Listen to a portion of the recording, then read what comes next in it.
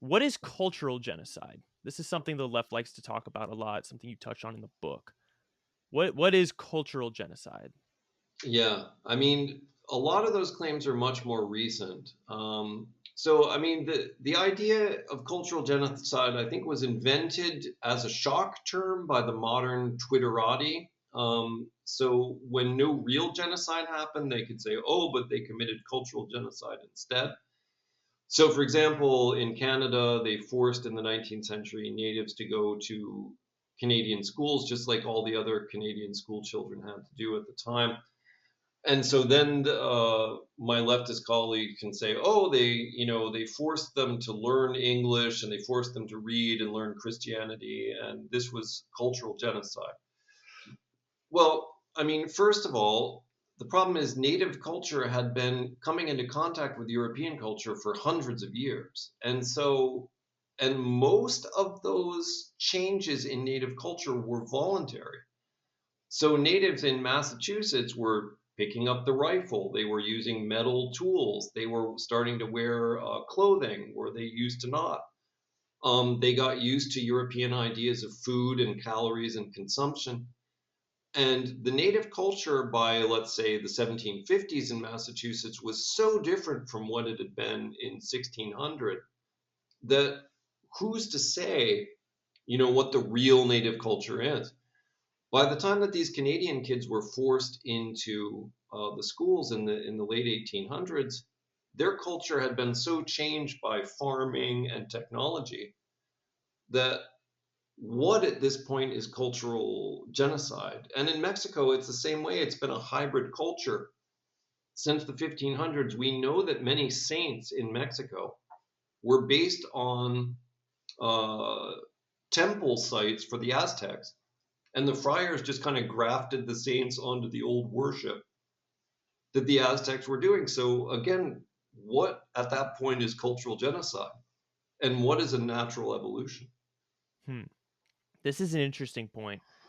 Um, I'm gonna push back a little bit on this. I actually do sympathize with the idea of cultures being destroyed, but I think this is one of the biggest hypocrisies of the left because when you think of the left today, they talk about cultural genocide, these cultures being destroyed, but they're also mass proponents of globalism. And to me, globalism seems like, especially this Marxist communist view, is they want this worldwide global utopia where everyone kind of lives the same way. The globalism, by definition, is sort of the eradication of diverse cultures across the globe and living under one globalist unitary structure institution. So I do think that cultures are extremely cool and diverse cultures are extremely cool to be able to study them and interact with each other. And I think that should be acknowledged and celebrated. I'm not really the biggest fan of this idea of globalist integration. But yeah, that kind of just dawned on me, sort of this mass hypocrisy. Because on one hand, they're shouting cultural genocide, but on the other hand, these are like globalist fanatics. Yeah, well, I mean, again, I'm extremely sympathetic to the idea that individual cultures are cool. I mean, the Welsh language in Wales, I think, is really neat. I'm glad it survives.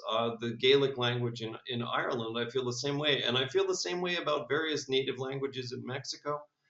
I'm really glad that the reservation system was created actually at the end of the 19th century, which enabled natives in America to preserve something of their culture. I really see the value in that.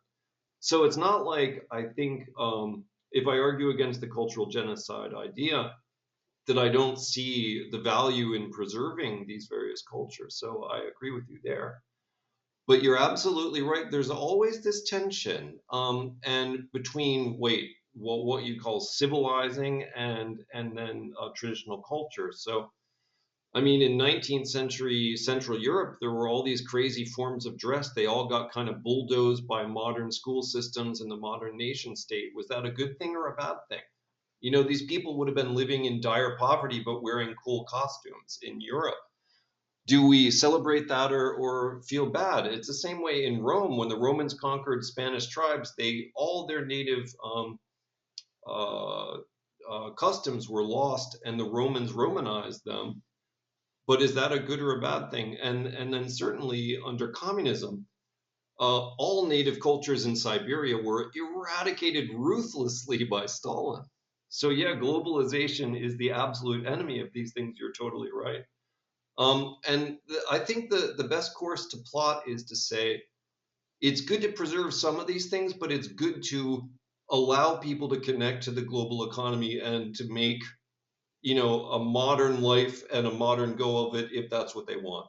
And most people will say yes. I'd rather have a cell phone, thank you, than live in the Stone Age.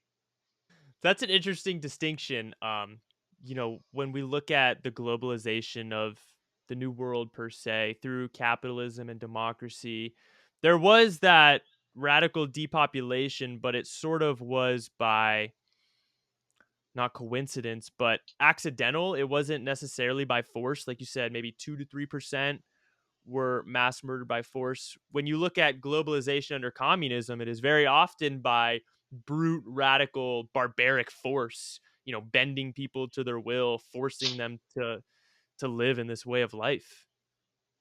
Oh, yeah. And starving them through collectivization. I mean, by the tens of millions. Yeah, I mean, when people, dude, this whole genocide thing. When people talk about genocide, they're often leftists, obviously. It seems to me that they're usually a little bit hesitant to acknowledge, they want to jump at the gun and say, talk about genocide in the New World, but they're a little more hesitant to talk about the genocides during the 20th century under communism. Yeah. Well, a little number that we haven't mentioned yet is the total number of Native Americans killed by massacre over 300 years was 10 to 20,000 tops. And yet Mao starved tens of millions of people through collectivization in the 20th century. 10,000, 10,000 or 10 million, I mean, which one counts as a genocide? Yeah, I think Mao wasn't he like up in the 40 million? Stalin was like 20 million. Yeah, nobody even knows because, of course, they didn't want to keep records of it. So, yeah, all we can say is tens of millions of people starved or were otherwise killed because of those policies. So brutal.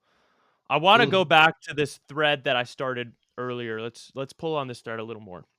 And this was the idea of culturalism versus racism and how a lot of, people today slap this label of racism on Columbus and the Europeans, but at the time, um this idea of racism was very different from the idea of racism we have today. They didn't necessarily see race back then. So can you speak to this difference of how they saw race back then and sort of how it's been misconstrued by these leftist historians today?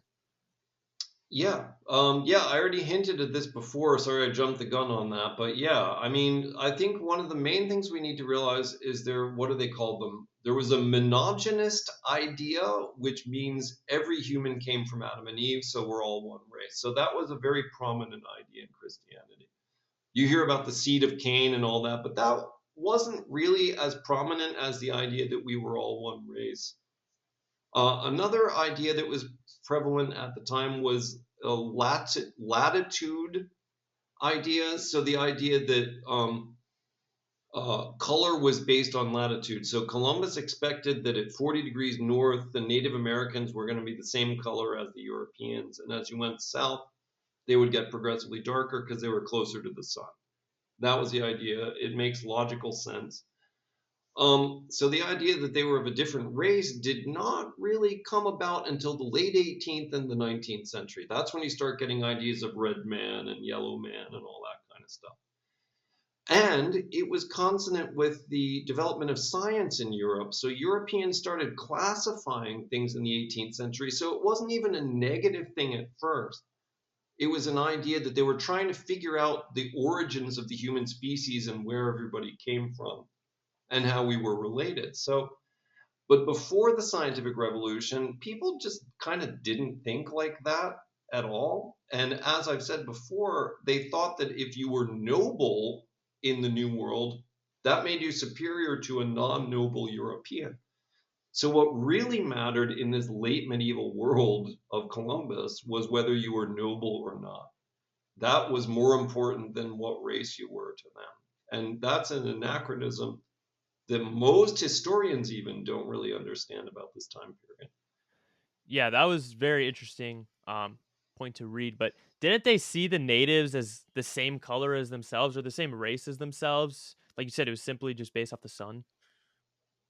Yeah, and so there's many people right into the 18th century saying, "Oh, Native Americans are born the same color as Europeans. They just spend a lot of time in the sun, so they get darker."